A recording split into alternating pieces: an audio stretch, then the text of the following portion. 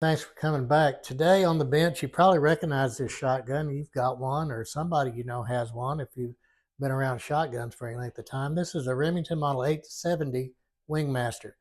And it's from what I consider one of the best times in Remington's production of this model. This particular shotgun was made in 1984.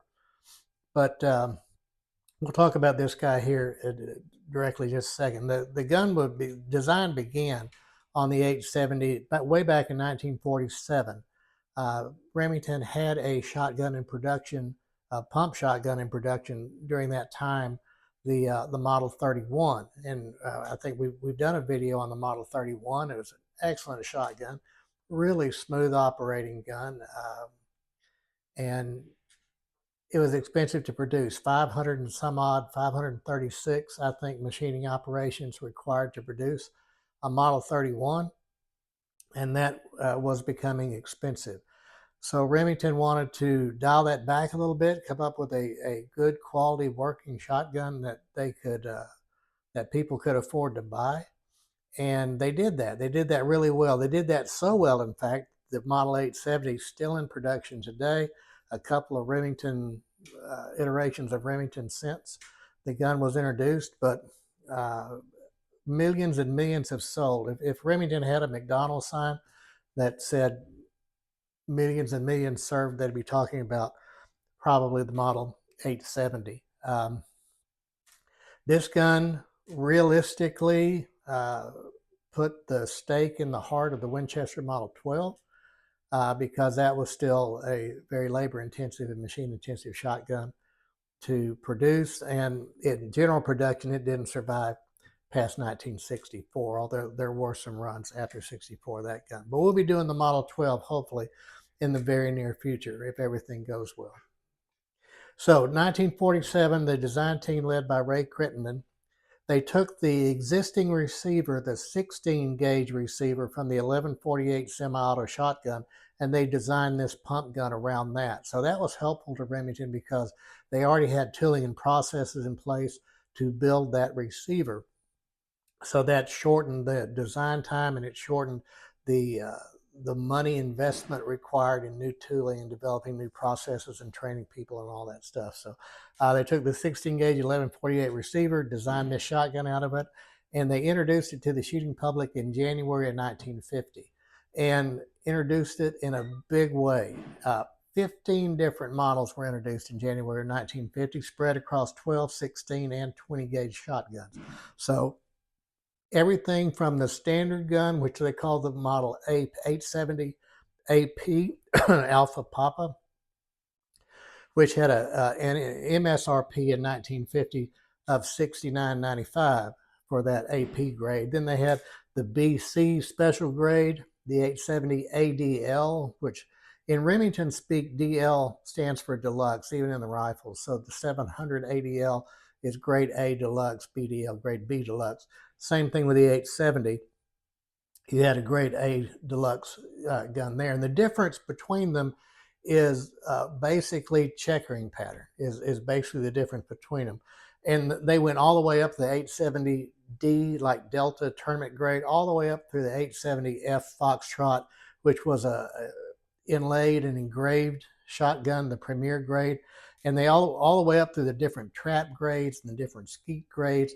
And it kind of topped off with the 870 TF Tango Foxtrot, which would be an F grade premier gun in trap configuration, $1950 at MSRP is $678.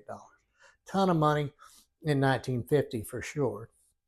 So they introduced it in a big way, and it took off almost immediately. They began introducing line extensions fairly quickly. 1955, we see the 12 gauge 3-inch Magnum introduced. Now, bear in mind, the barrels interchanged in this gun, that's one of the design features of the gun from jump, is that it's designed for the user to be able to interchange the barrels. Remington made a big deal out of that. If you bought the gun with a 30-inch full choke barrel and you wanted a 26 improved choke barrel, the user could buy the barrel, install it themselves, provided it was obviously within the same gauge and provided that it was in the same shell length.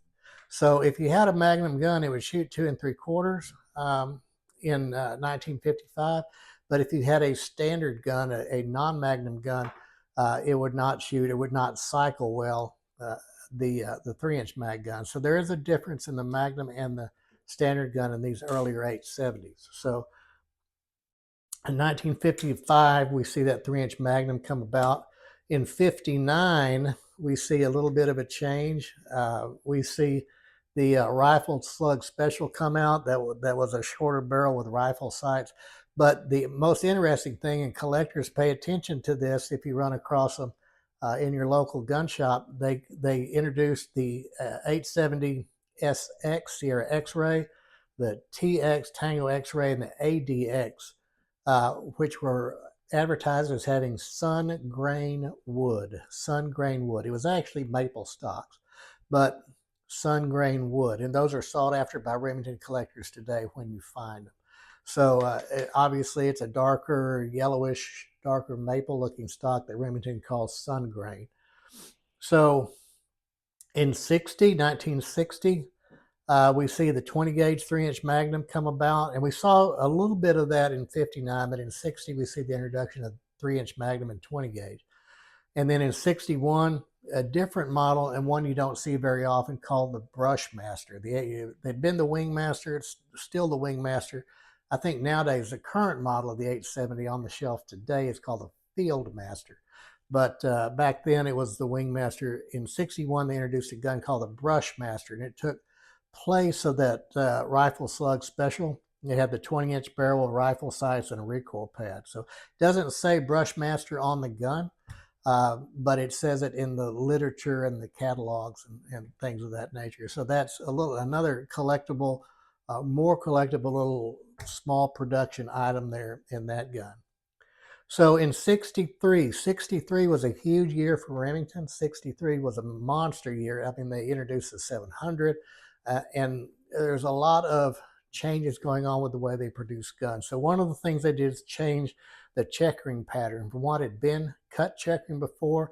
Now everything in line was impressed checkering and a fleur-de-lis pattern. So it was less expensive to produce. I mean, the bottom line is it was less expensive than cut checkering to produce, and still provided an attractive, decent grip on the gun. So, and all this becomes important when we look, because you can change the wood on these things, right? So if you're looking for the originality of the shotgun, you want to try to make sure that the checkering pattern on the gun is consistent with the approximate manufacture date of the receiver, right? So you can begin to tell, oh, hey, that's got a much later stock or much earlier stock on this gun. The stock's obviously been replaced, and adjust your values accordingly. So in 66, they did 150th anniversary of Remington. There's a logo engraved on the side. And when we talk about that gun and we talk about the bicentennial gun that was done in 76, they have the engraving on the side, the logos. And those bring additional value on extremely high condition guns, and especially boxed guns. If they're in typical shooter grade condition with finish wear and that type of stuff, they don't bring nearly as much additional money for those logo engravings than they would on a newer gun. So moving on, another big deal in 1969, they developed the 28 gauge and 410 on a small receiver, but they only sold them in pairs. It was called a match pair. You got a 28 gauge and you got a 410 in a pair, and they had matching logos engraved on the side as a matched pair.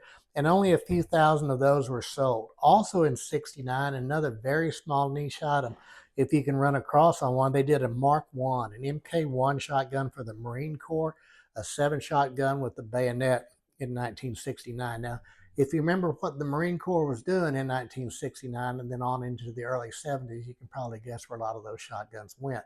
So coming up with a real one, in fact, let me just say this. If somebody is presenting you with what they say is a Mark I Marine Corps shotgun, assume it is fake until you can get provenance that it's real. So just throwing that out there for you. In 70, you could buy the 1970, you could buy the 28 gauge and the 410 separately. They became individual catalog items. So here's where it becomes important, 1972. In 1972, they introduced the 20 gauge lightweight. So they used that receiver size of the 28 gauge and 410 and put a 20 gauge barrel in it. So why that is significant is because now you've got 20 gauge guns on the 12 gauge frame, and then you've got 20 gauge guns on the lightweight frame. So parts don't interchange, stocks don't interchange, barrels don't interchange. That's the big yeehaw, the barrels don't interchange. So if you have one of those early guns, pre-72 20 gauge on the heavy frame, and you're looking to interchange the barrels, because remember, there's no choke tubes. This is a fixed choke gun. This particular gun is a modified choke. It's going to be harder to find that large diameter 20 gauge barrel.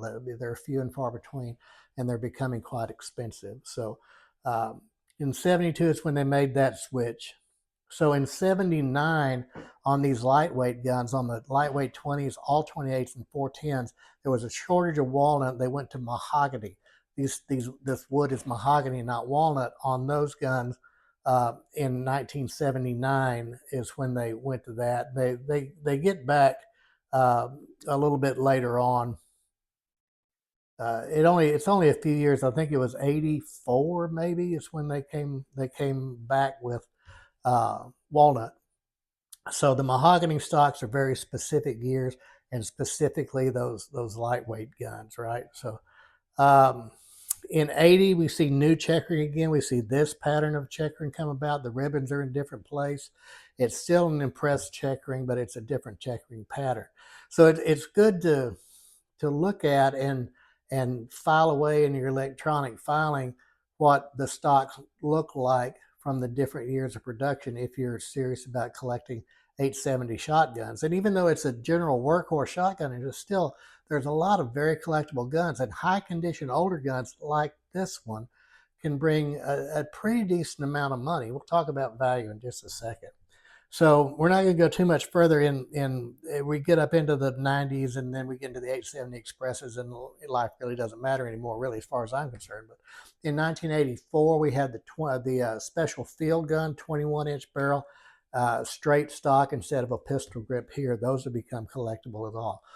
Another big deal, 1986 is when the rim choke system was developed. The screw-in chokes for the Remington shotgun debuted in 1986. So if you have an earlier receiver with a rim choke barrel, they'll fit and they'll work, but it's not original. It may enhance the value for a shooter. If that's your plan, it would detract from the value if it's a collectible gun. So how would you tell? And then that godforsaken 870 Express shows up in 1987, and things just get worse from there. So how would you tell? Let's clear this gun first. We're going to talk about how to date them, and then we're going to pull the barrel off and show you some stuff what to check for when you're looking at an 870. We've done a take apart video on the 870 before, so we don't want to reinvent the wheel, but there is some stuff I wanted to bring back out. So on the left side of the barrel, ahead of the receiver, there is typically a 2-letter code. The first letter is going to correspond to the month of manufacture. The second letter is going to correspond to the year of manufacture. So if you write out the word black powder, BLACKPOWDER, and put an X on the end of it, that's how you determine the month. That's that first letter, B equaling 1. So A, which is where this gun is, January, February, March, right? So the second letter here is an E echo.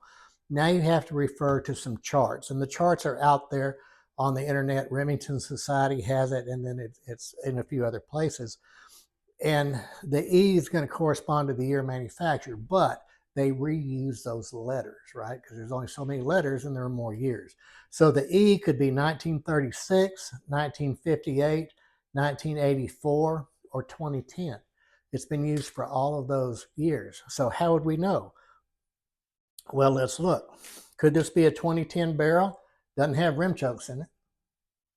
So no, it's not a 2010 barrel. Could it be a 1958 barrel? No. When did they come up with the shotgun? Well, it could be a 58 barrel, or it could be an 84 barrel. It couldn't be a 36 barrel. So let's look at the serial number prefix then. Now, there's no chart out there that's going to tell you the serial number or the year manufactured from the serial number. And the current Remington is a wholly different company than when this gun was made. So they almost certainly do not have that production data. But we do know that the serial numbers were put out in blocks. So, and we can identify those blocks by the letter prefix of the serial number. In this case, it's a W, like whiskey. So from 56 to from 50 to 68, there was no prefix at all. So if this was a 58 gun, it wouldn't have a prefix. This does. So it's not. And we didn't have the vent rib really that much in 58. Then we start with the letter S like Sierra, 68 through 74, T from 74 to 78, V from 78 to 84, and W from 84 to 90. So we have a serial number prefix that starts in 84, and we have a barrel, which E could certainly be 1984. The chances are pretty strong, and I would bet that this is the original barrel that came with this gun when it was bought new. And then the letters go on all the way up into, I think, A, B, Alpha Bravo started in 2005. So there's also a suffix behind the gun. The suffix has always been there on the 870. And that tells you how the gun was configured. So V like Victor, 12 gauge standard, that's this gun. So the W prefix in the numbers, then the V Victor suffix. M would be 12 gauge Magnum. A is the Super Magnum 3.5 inch that came out in the 90s. W is all 16 gauges. And then we get into the 20 gauge stuff, and X and N are the 20 gauge and 20 gauge Magnum on the 12 gauge frame. And then they changed it. The K and the U are the 20 gauge standard and Magnum on the lightweight frame. Then all 28 gauges end in J, and all 410s end in H. So when you conglomerate all this information together, you can make a determination as to whether, hey, this is probably the original barrel. Now, could this guy bought this gun with a 30-inch full barrel, immediately bought a 28-inch modified barrel? Absolutely. Does it matter? Not in the least, because it's the correct barrel for this receiver. Correct checkering pattern. So we believe it's all original. Originality, right? Condition, scarcity. 1100s are not scarce. 870s are not scarce in general. Different, and we talked about the different sun grain wood scarce, match pairs scarce, that type of stuff. But these guns are not scarce, but these guns were meant to be used, and used they were. So condition is everything. This gun is in, I haven't seen one in this condition really since about 1984. The bluing is just perfect. It is not reblued. You can look at the pinholes and at the markings, the roll markings. It is not blued or not reblued at all. The high gloss polyurethane is correct. And important on Remington product with the polyurethane stocks is we look at these white line spacers here on the stock. The white line spacers degrade over time. They'll crack and there'll be gaps in the white line spacer. You don't want to see that, but you also don't want to see the finish and the grain of the wood lifting at the juncture of the pad. That's moisture getting in there and causing that wood to lift out and crack out. It's very unsightly, and it's just indicative of a gun that has been used and then put up wet, not cared for, that type of stuff. But it happens. The same thing with this pistol grip cap. And so the pistol grip cap of the 870 went through some changes also. This is correct for an 80s gun. But then there were some that ones now have a stylized R logo on them. But then there's a diamond pistol grip cap. It has a white diamond insert in it. But you also want to check the white line spacer here as well to make sure it's not cracked out, and cracks here. So we're super happy with this wood. We're super happy with the bluing. Mechanically, to pull the barrel off and to check a couple of other things mechanically. That's tight. There we go. I don't know if it's tight or I'm just old. I think probably one of the two, or both, combination of both. So unlike the 1100, the ejector on the 870 is in the receiver. The ejector on the 1100 is longer barrel extension, and the ejector is a stud in here. So we want to make sure that our rib isn't bent right. We can straighten ribs if necessary, but sometimes you can tell they've been straightened. So some of the later guns, some of the higher grade guns, the trap and skeet guns have a mid-bead sight. This one does not. And the current production, later production, has a Bradley white bead instead of just a silver bead. This is still snug, silver soldered in the correct place. So we're good with the barrel. So one thing when you take that off, and I should have showed you, is be aware that this particular magazine spring retainer may or may not be in the shotgun you're looking at. This one's in upside down, but at least it's there. So when you take this, and you'll feel it when you unscrew this, there'll be tension as you unscrew it. That means that when you take this off, the spring and plunger and everything is free to come out. So you can see that there's the green Remington factory plug in there.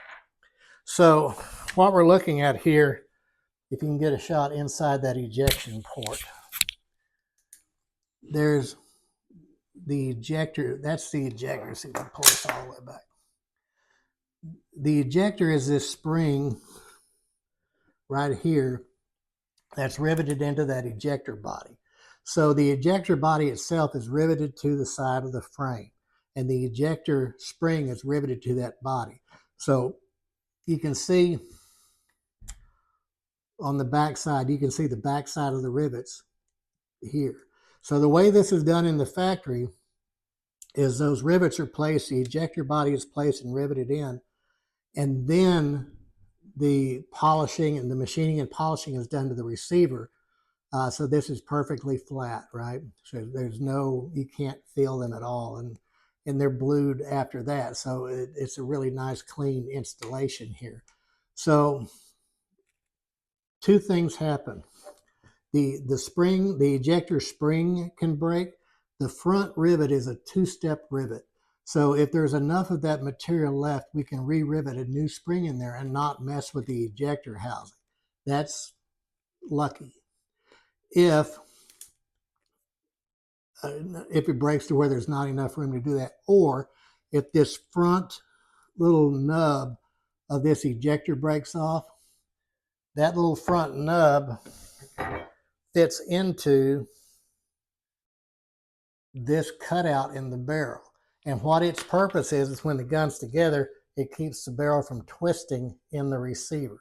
So if that nub is broken off and it's not in this slot, you can wiggle this barrel in the receiver, and obviously it's probably not safe to shoot. So if that has to be replaced, if the ejector body has to be replaced, or that rivet has to be replaced, then it becomes a little more problematic, because you've got to drive the old rivets out from the inside. So you have two holes in the receiver here. The rivets are being remade.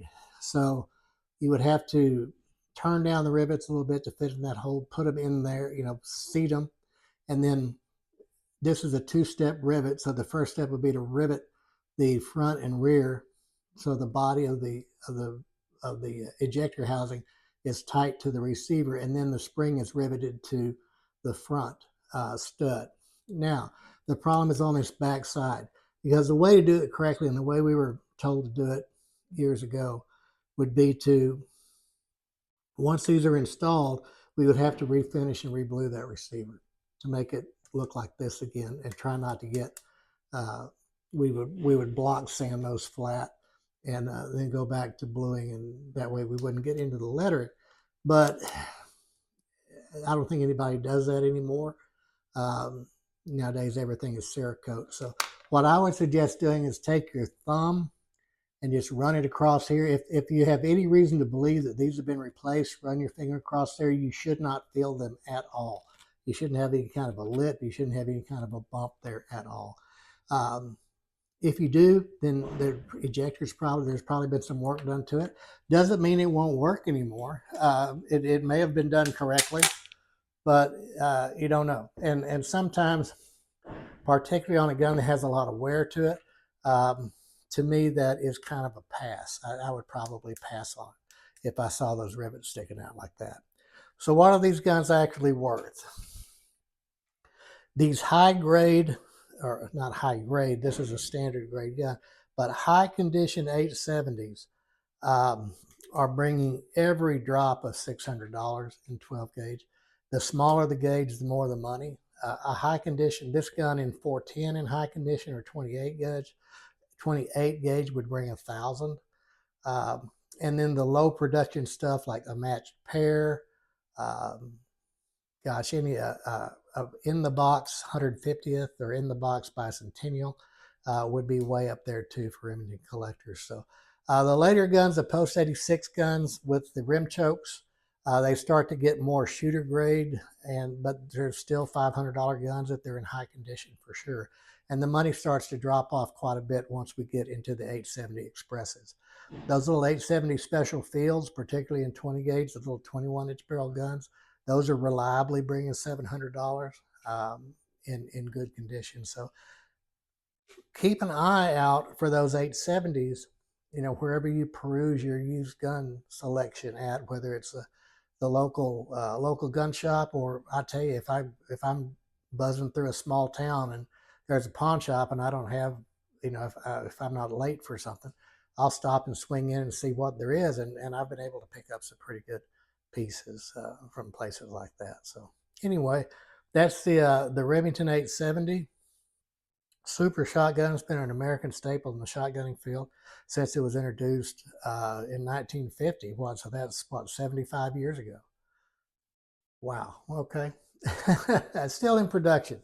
So if you like what we're doing, hit that like button, hit that subscribe button, hit that little notification bell. We appreciate the attention that everybody's been giving this channel. We read the comments, so absolutely drop a comment in there, and we'll do our best to respond if a response is warranted. So that said, we'll see you on the next one.